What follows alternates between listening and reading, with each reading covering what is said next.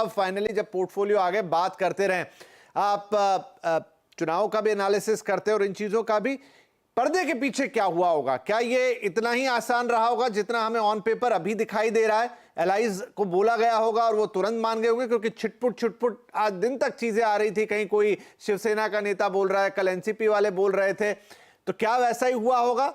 और दूसरी बात यह कि जो उनकी सारी की सारी चिंताएं हैं, क्या वो इस पोर्टफोलियो में झलक रही हैं? देखिए विपिन जी, पर्दे के पीछे एक बात स्पष्ट थी। जो क्षेत्रीय पार्टियां हैं एनडीए के अंदर, उनका ज्यादा झुकाव अपने राज्य को लेके है। नेशनल अफेयर्स में वो अपना वीटो पावर के जैसी या कोई ऐसी बात जिससे कि गठबंधन में दरार पड़ जाए, ऐसा नहीं। ये नैरेटिव में बनाया गया था इस तरह की बातें। हर कोई जानते हैं कि नीतीश कुमार हो, चंद्रबाबू नायडू हो, इन सब का झुकाव अपने अपने रेस्पेक्टिव स्टेट्स में है। इसलिए कंटिन्यूटी जो थी वो हमेशा से क्लियर थी। ओथ टेकिंग के टाइम में भी दिख रही थी, पहले भी इसकी बातें आ रही थी। लेकिन तमाम तरीके की हम लोग चर्चा करते हैं, नैरेटिव की बात करते हैं, क्योंकि कोalition एरा में फिर से इंडिया एंटर हुआ है, तो ये बातें हुई थी। रही बात, आप देखिए कंटिन्यूटी है, लेकिन थोड़ा बहुत जो चेंज हुआ है, और वो चेंज जो बीजेपी ने अपने ही मंत्री के बीच में किया है। पहला तो ये है कि रूरल डेवलपमेंट, एग्रीकल्चर, ये सब शिवराज सिंह चौहान, अब उनको दिया जाना, एक तो उनका कद है। दूसरी बात देखिए, ये दिखाता है कि सरकार किस नए मोर्चे पे अभी बहुत सीरियसली इंटरवीन करने जा रही है। तो जो बिजनेस वर्ल्ड है उसके ध्यान से, उसके उसके पर्सपेक्टिव से ये है कि रूरल इंडिया जो होगा, एग्रीकल्चर जो होगा, वो बहुत ही सीरियसली इस सरकार की प्रायोरिटी है। दूसरा आप देखिए, जो मिशन जल शक्ति जो गजेंद्र सिंह शेखावत जी के पास था, वो इस पर सी आर पाटिल अपने सांगठनिक क्षमता के लिए गुजरात में जाने जाते हैं। एक समय बात उनके राष्ट्रीय अध्यक्ष बनने की भी चल रही थी 1 साल पहले तक।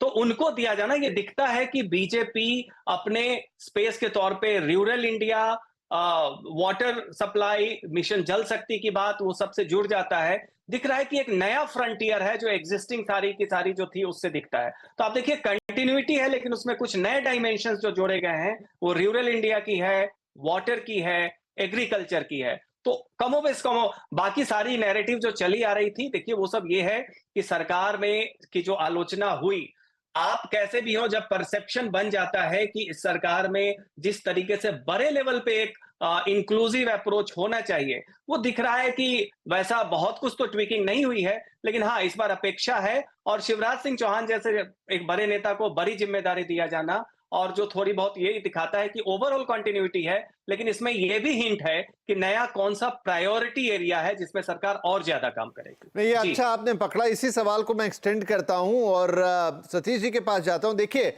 शिवराज जी जिस तरह के नेता हैं, जिस तरह का उनका व्यक्तित्व है, जिस तरह का सोशल इंजीनियरिंग उन्होंने अपने मुख्यमंत्री काल में किया, और उसके अलावा जो अभी हम चर्चा कर रहे थे कि 4 बार वो पुरस्कृत हुए कृषि कार्यों को लेकर।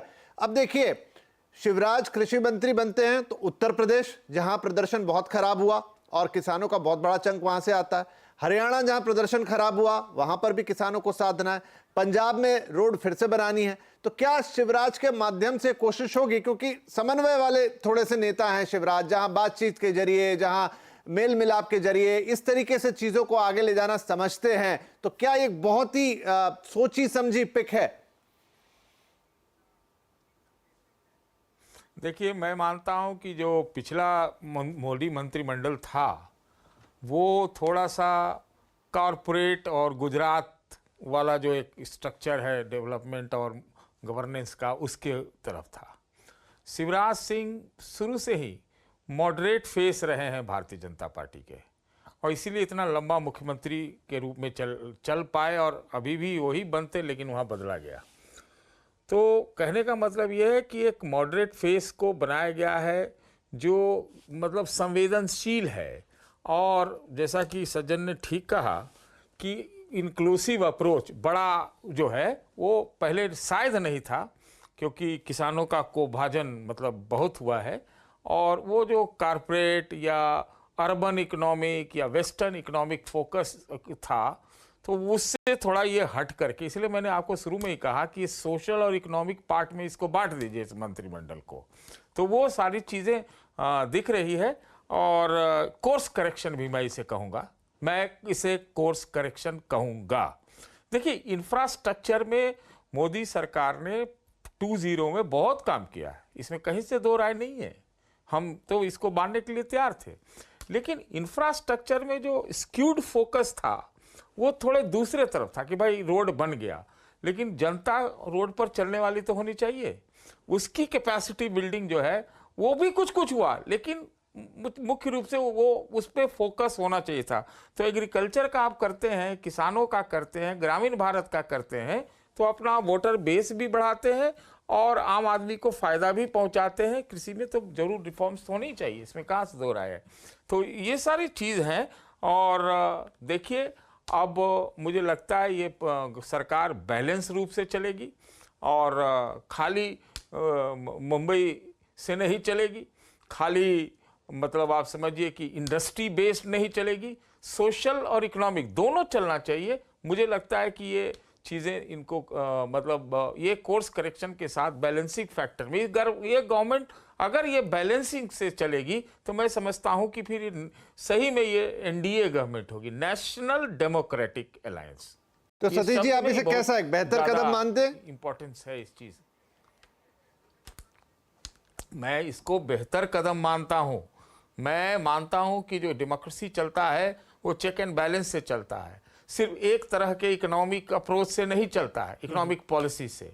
सिर्फ खाली इंफ्रास्ट्रक्चर बढ़ा दे और फिर जो है रोजगार सृजन ना हो, लोगों को फायदा ना हो, तो वैसा डेवलपमेंट किस काम का। तो जब भारत का गोल प्रधानमंत्री जी ने विकसित भारत का रखा है, तो मैंने कल भी आपके शो में कहा था कि अब हमारे सामने चुनौती विकसित भारतीयों का है।